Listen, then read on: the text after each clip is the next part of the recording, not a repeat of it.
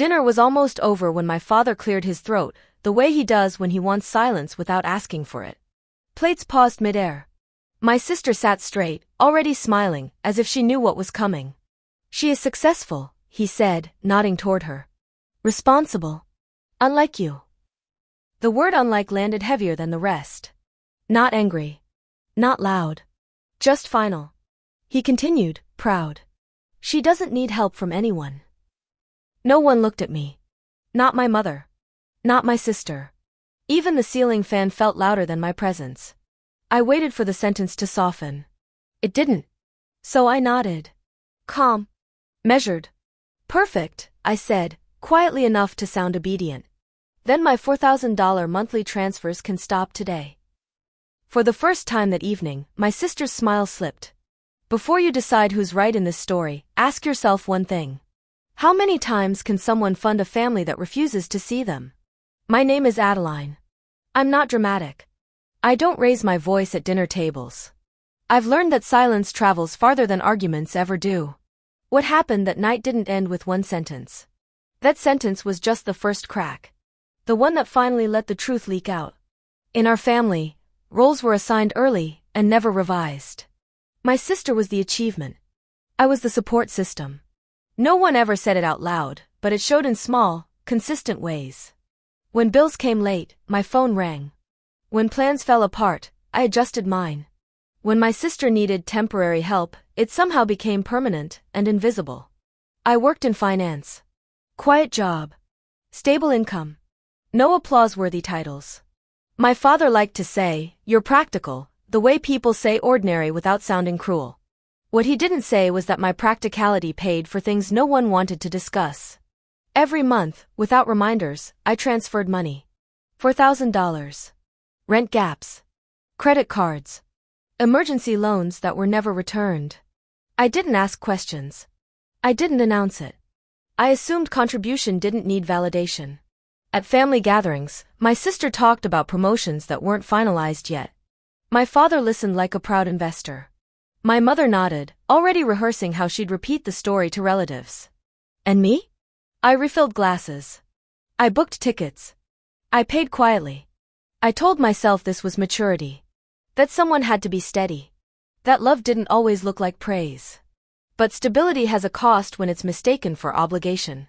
And the night my father publicly labeled me less than.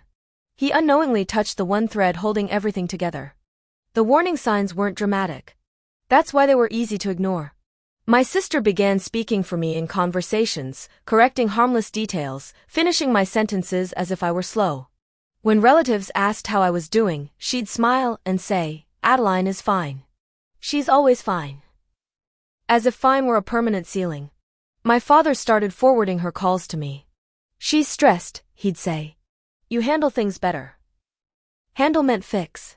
It meant transferring money before anyone had to ask. It meant not reminding them how often I did it. Once, during lunch, my sister joked, "Adeline doesn't really take risks. That's why she's stable." Everyone laughed. It wasn't cruel. It wasn't loud. But it rewrote my restraint as a flaw. I noticed how praise worked in our house. It traveled upward, toward potential, not proof. Toward promises, not payments. When I gently mentioned boundaries, the room went quiet in a way that suggested I'd broken an unspoken rule. My mother changed the subject. My father said, "Don't be sensitive." My sister avoided my eyes. That was when I understood something important. They didn't see my support as generosity. They saw it as infrastructure. Reliable. Replaceable. Unnoticed. I began to pay attention, not emotionally, but structurally. Who asked? Who benefited?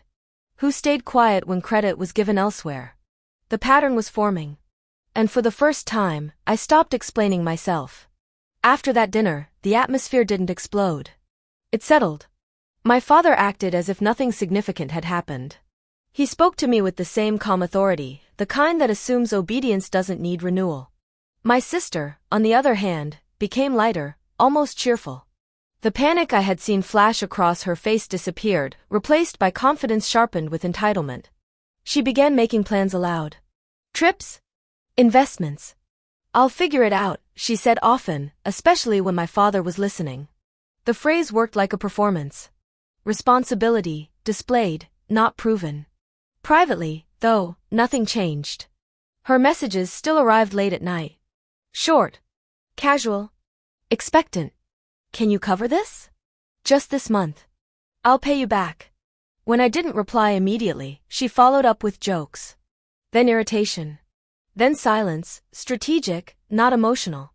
At home, she spoke over me more often, correcting my tone, dismissing my opinions with a smile. In public, she praised herself. In private, she assumed my support was automatic. My father began defending her more aggressively. She's under pressure, he said once, when I asked why she hadn't paid a bill in 3 months. Successful people are busy. The contradiction didn't bother him. It bothered me that no one noticed it. I stopped arguing. Not because I agreed, but because I was listening. I noted dates. Amounts. Excuses. The way confidence grew when consequences didn't arrive. They mistook my silence for acceptance. They mistook my calm for weakness. And slowly, without raising my voice or changing my expression, I let them believe it. Because the more secure they felt, the more they revealed. Silence does something strange when you stay inside it too long. It stops feeling strategic and starts feeling personal. There were weeks when no one asked how I was doing. Not out of cruelty, out of assumption. I was fine, remember? Fine people don't need checking in. They don't need support. They don't need acknowledgement. At family gatherings, conversations curved away from me naturally, like water avoiding a stone. My sister spoke about her stress, her pressure, her sacrifices. People listened with sympathy I had never learned how to request. When I tried to speak, my father interrupted without noticing. When I didn't, no one asked why. At night, doubt crept in, not dramatic doubt, just quiet erosion. Maybe I was too cautious. Maybe success did look louder. Maybe my contribution didn't count because it didn't sparkle. I reviewed my own choices with an unfair lens. Why had I never demanded credit? Why had I allowed responsibility to become invisible? Why did standing my ground feel like betrayal? Gaslighting doesn't always come from villains. Sometimes it comes from love mixed with convenience. Still, even in that confusion, something held steady inside me. I didn't beg. I didn't explain. I didn't perform exhaustion to earn sympathy. I kept my posture neutral. My voice even. My transfers, unchanged, for now. If they wanted proof of independence, I would give them exactly that. But not through confrontation. Through consequence. I wasn't disappearing. I was stepping back just enough to see the full picture. And in that distance, the truth sharpened. Then it happened. The bill came due, one of many I had quietly handled for months. This time, I hesitated. Just a moment. My sister had just returned from another business trip, chatting about opportunities and promotions. I let the transfer sit. The next morning, my father noticed. "Why didn't you send the money?" he asked, calm but sharp. "I thought your sister could manage this month," I replied evenly. The reaction was immediate. My father's brow furrowed, my sister's eyes widened in panic. My mother whispered, half apologetic, half worried. Everyone around me assumed I had lost patience, that I had finally faltered.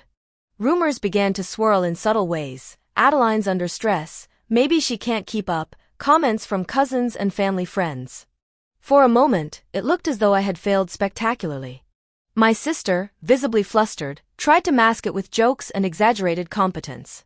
She kept talking about how she could handle it all, but the tremor in her hands betrayed her. Everyone outside the room believed she had the upper hand. She looked composed, she sounded composed, but the panic had taken root. I said nothing. I smiled gently, the same neutral expression I always wore. I let them assume my hesitation was weakness. I let them believe I had hit a wall. But in that apparent loss, I was gathering information, observing reactions, and noting exactly how my father and sister behaved when the assumption of my compliance was broken. This failure would be temporary. But the lesson it offered would be permanent, for all of us. Days turned into weeks, and nothing erupted. No confrontations. No apologies. No dramatic gestures. Just the quiet rhythm of life continuing around me, as if my silence and subtle resistance were invisible. I observed. I documented. Every message, every request, every excuse, they all formed a pattern. My father's selective praise, my sister's performative competence, the way my mother unconsciously took sides. I wasn't angry. I was collecting clarity. Every overstep, every expectation, every assumption of my compliance became evidence in my mind. Even when my sister tried to cover her panic with laughter or sarcasm, I noticed the small tells, flickers of hesitation, delayed responses, slight changes in tone. The truth, I realized, didn't need to be spoken to be seen. I continued my daily routines, my transfers still scheduled, but always measured, never rushed. I didn't chase validation. I didn't argue. I simply endured. And in that endurance, a new strength emerged. Where they saw quiet and restraint, I saw leverage. Where they assumed I would comply, I found control. The house, the family, the dynamics, they all revealed themselves in this calm. And I understood something fundamental. Power doesn't need noise. It needs patience. It needs observation. It needs strategy. And strategy, I knew, was only effective when no one suspected it existed. By the time I reached this stage, I no longer reacted emotionally. I observed. I analyzed. Every month, the same cycle repeated: my transfers, my support, my sister's rehearsed gratitude, my father's selective acknowledgement. The praise, the panic, the subtle manipulations, they were all predictable now. I could anticipate every unexpected request before it arrived. I started mapping the patterns. Who asked for help and when? How my sister spoke to family versus how she spoke to me. The tiny inconsistencies that revealed her stress behind her mask of confidence. The exact moments my father's pride overshadowed reality. Every small overreach, every assumption of my compliance, it formed a timeline I could trust. And then it clicked. This wasn't about generosity or obligation. This was about leverage. Every dollar, every silent boundary, every measured pause was a tool I had been using unknowingly. Only now, I saw it clearly. My role in the family, previously invisible, underestimated, dismissed, was actually central. My sister's public image relied on my quiet compliance. My father's pride relied on my restraint. My mother's harmony relied on my endurance. If I could maintain control of this invisible thread, I could influence the outcome without confrontation. The revelation was simple. The family believed I had no power. The truth was, I had all the leverage. And leverage, when applied with precision, changes everything. While the family remained unaware, I began quietly documenting everything. Every transfer, every request, every excuse. Screenshots of messages. Copies of bank statements. Notes on conversations. Even small behavioral cues I had noticed over the weeks, moments when my sister's confidence faltered, her smiles that didn't reach her eyes, the micro pauses before she spoke when my father wasn't watching. I created a timeline. A chain of cause and effect. Every instance where I had been overlooked, dismissed, or taken for granted became proof, not just of negligence, but of entitlement, of misplaced trust. I also identified witnesses. Family friends who had seen interactions, colleagues who noticed discrepancies, small overlaps in stories that no one else had connected. They wouldn't speak unless asked, but their silent testimony was ready. The beauty of this hidden advantage was that no one suspected it. My father continued to praise my sister publicly, confident in her perfection. My sister continued to perform the golden child act, convinced she had nothing to fear. My mother remained blind to the full picture, assuming my patience was infinite. I never showed impatience. I never threatened. I simply observed and recorded. And as I did, a quiet confidence replaced the doubt that had lingered for so long. I was no longer the overlooked sibling. I was the one holding the proof, the narrative, the leverage. This stage was critical. While they celebrated perceived victory, I prepared the foundation for the reversal that would be undeniable and irreversible. The audience sees it now, but in the house, my power was invisible.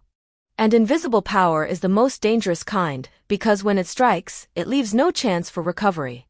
Something shifted inside me. I stopped seeking validation from the very people who had underestimated me for years. No longer did I measure my worth by their praise or their approval.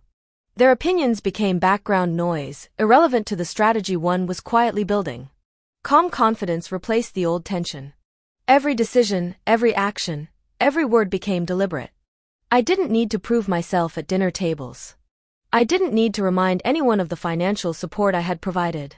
My restraint had become my strength. I started seeing my family for what they truly were. My sister, talented but reliant. My father, proud but blind to nuance. My mother, well-intentioned but unaware of her biases. And me, finally, I recognized my own power, independent of their acknowledgement. The change wasn't dramatic. There were no speeches, no confrontations, no storming out. Just a steady, unshakable presence. I moved through the house, the family gatherings, the conversations with a calm that no one could disturb. Even when my sister attempted to provoke or manipulate, I remained neutral. Even when my father offered subtle jabs in passing, I responded with silence, letting my composure speak louder than any words. I realized that confidence doesn't shout. It observes. It waits. It measures. And, most importantly, it prepares for the moment when leverage becomes action. This was more than patience, it was transformation. Where once I had endured humiliation and self-doubt, now I held a quiet authority. I had learned that the greatest power doesn't need witnesses. It only needs precision, restraint, and timing. And timing, I knew, would be everything. With clarity came action, but not impulsive action. Every step was deliberate. I mapped the perfect timing, calculated the smallest details, and rehearsed mentally how the sequence would unfold. Patience had taught me precision. I stopped automatic transfers completely. Instead, I monitored bills, deadlines, and her responses. Every slip, every hesitation, every tiny misstep she made in assuming my compliance was documented.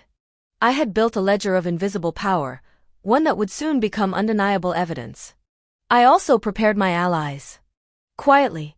Friends outside the family, colleagues who had seen the inconsistencies, and even distant relatives who had glimpsed the dynamics but never connected the dots. They were ready to testify, not out of malice, but truth. At home, I maintained routine appearances. Calm, composed, unchanged. My father continued praising my sister publicly, unaware that his golden child was now vulnerable. My sister, still basking in assumed superiority, never noticed the trap tightening around her. I drafted timelines, compiled screenshots, recorded observations.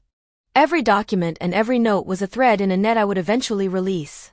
The narrative of superiority and entitlement she had built for herself was about to unravel, and I would do it with dignity, not drama. I reminded myself daily. Restraint is a weapon. Silence is a signal.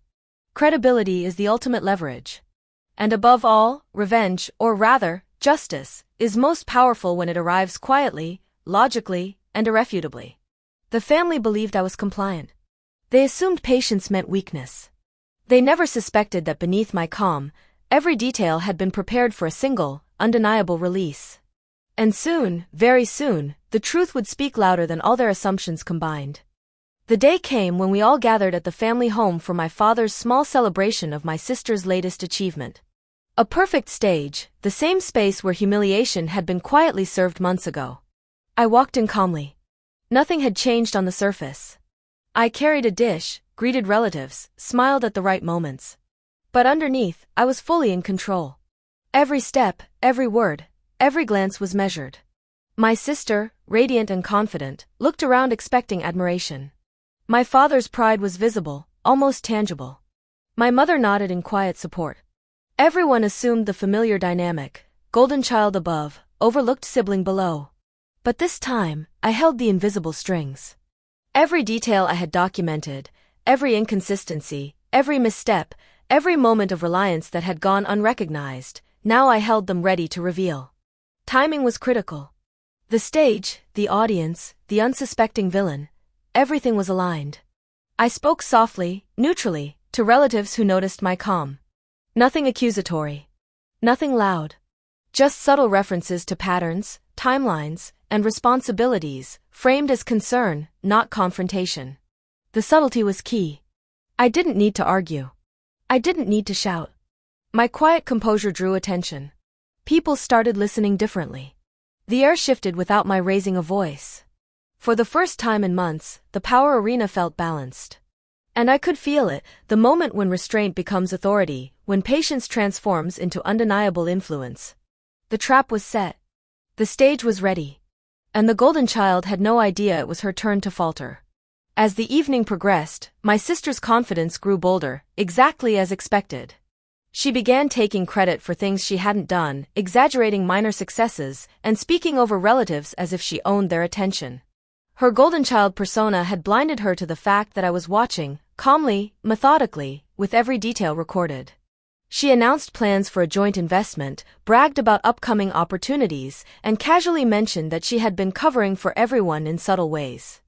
My father nodded approvingly, reinforcing her self-image. My mother smiled, unaware of the discrepancy between claim and reality. Then, almost unconsciously, she overreached. She mentioned a financial contribution she never made, implying she had been independent all along. She assumed my silence would continue to validate her narrative. That's when the first cracks appeared. I interjected gently, with a neutral tone, asking for clarification. "Oh, I wasn't aware of that. Can you show me the details?" Her smile faltered. Her words hesitated. She glanced at my father, expecting support, but my calm presence shifted the dynamic. No accusations. No shouting. Just simple, undeniable questions. Every exaggeration, every unsupported claim, every assumption of superiority became visible to the audience, the relatives, the extended family, the ones who had assumed she was flawless. My sister's confidence, built on perceived compliance, began to waver. I didn't need to confront her aggressively. I let her own overreach speak for itself. Every overconfident claim became self-incrimination. Every boast, every exaggeration, every attempt to dominate the conversation revealed exactly how reliant she had been on my silence and support all along.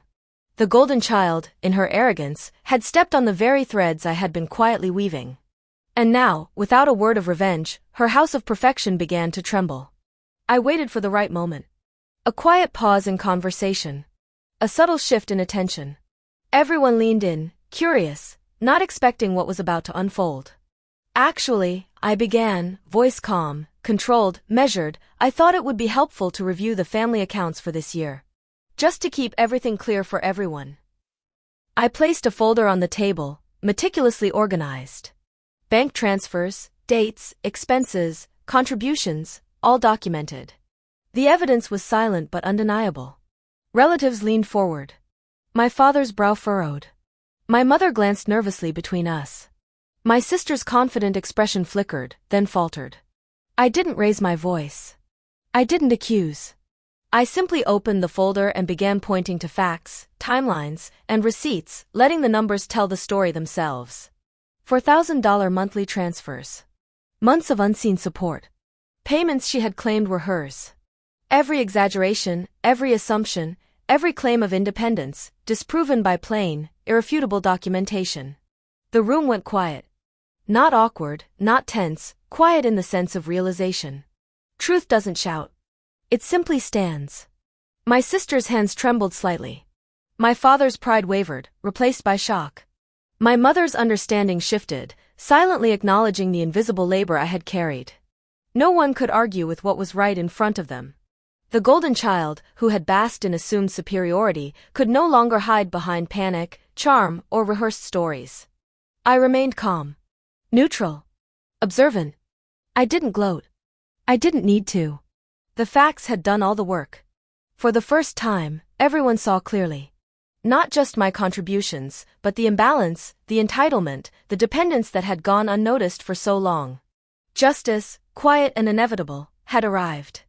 Not through drama, not through anger, but through precision, patience, and invisible power finally revealed. The effect was immediate, though silent. My sister's composed mask shattered slowly, imperceptibly at first. Words faltered. Explanations stumbled. Her rehearsed confidence crumbled under the weight of facts she could no longer deny. Relatives exchanged glances, questions forming in their eyes. She tried to recover, offering quick justifications, but each statement collided with the documentation I had meticulously prepared. The evidence spoke louder than her voice. My father, usually quick to defend her, paused mid-sentence, realizing the reality he had overlooked. The golden child who had once basked in unquestioned approval now faced the quiet collapse of her carefully crafted image. I didn't need to intervene further. Each hesitant glance, each nervous adjustment, each self-conscious gesture revealed the truth of her overreach. She had relied on my silence for too long, and now, that silence had turned into undeniable power. Guests, previously unaware of the subtle dynamics, began to understand the balance had shifted. The hierarchy had changed. Respect, previously assumed by my sister, now leaned toward the quiet observer, me. No insults. No shouting. No public humiliation beyond the facts themselves. Just clarity. Just exposure. Just justice. In that room, the golden child learned, without any dramatic confrontation, the cost of arrogance, entitlement, and reliance on assumptions. And I stood there, calm, composed, unshaken, witnessing the irreversible shift I had patiently orchestrated. In the days following that dinner, the shift was unmistakable. My sister, once the untouchable golden child, became cautious. Every claim she made was now measured, weighed, and verified. She approached me differently, respectfully, hesitantly, even thanking me quietly for my previous support, though I didn't respond beyond a calm nod. My father, initially shocked, began acknowledging the facts rather than assumptions. Praise became measured, honest, and deserved. My mother, finally seeing the truth, adjusted her perspective. The family dynamics had changed permanently. I was no longer the invisible supporter. I was the quiet authority, the one whose restraint had built power, whose patience had crafted justice. Financially, transfers stopped as I had intended, and my sister had to navigate independence without relying on invisible safety nets. She panicked briefly, realizing that the privilege she assumed was no longer guaranteed. And yet, there was no drama, no cruelty.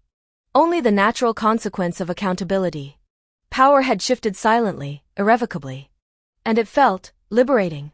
I learned something profound through all of this. Dignity and patience can be far more powerful than anger or confrontation. By observing, enduring, and preparing quietly, I achieved what noise and emotion could never accomplish. Justice didn't need to be shouted. It simply needed to be undeniable. My family learned the value of recognition, the weight of entitlement, and the importance of accountability, all without a single dramatic scene. And I, Adeline, discovered my own strength, the calm, composed confidence that comes from knowing your worth and letting the truth speak for itself. The golden child remained respected, but no longer untouchable. My contributions were finally acknowledged, my boundaries recognized, and my authority quietly established. In the end, power lies not in domination, but in restraint. Not in anger, but in strategy. Not in speaking the loudest, but in being the one who holds the facts, and the patience, to reveal them. Silence, when used wisely, can rewrite any story. And for the first time in years, the story of my family had rewritten itself, this time with clarity, fairness, and quiet triumph.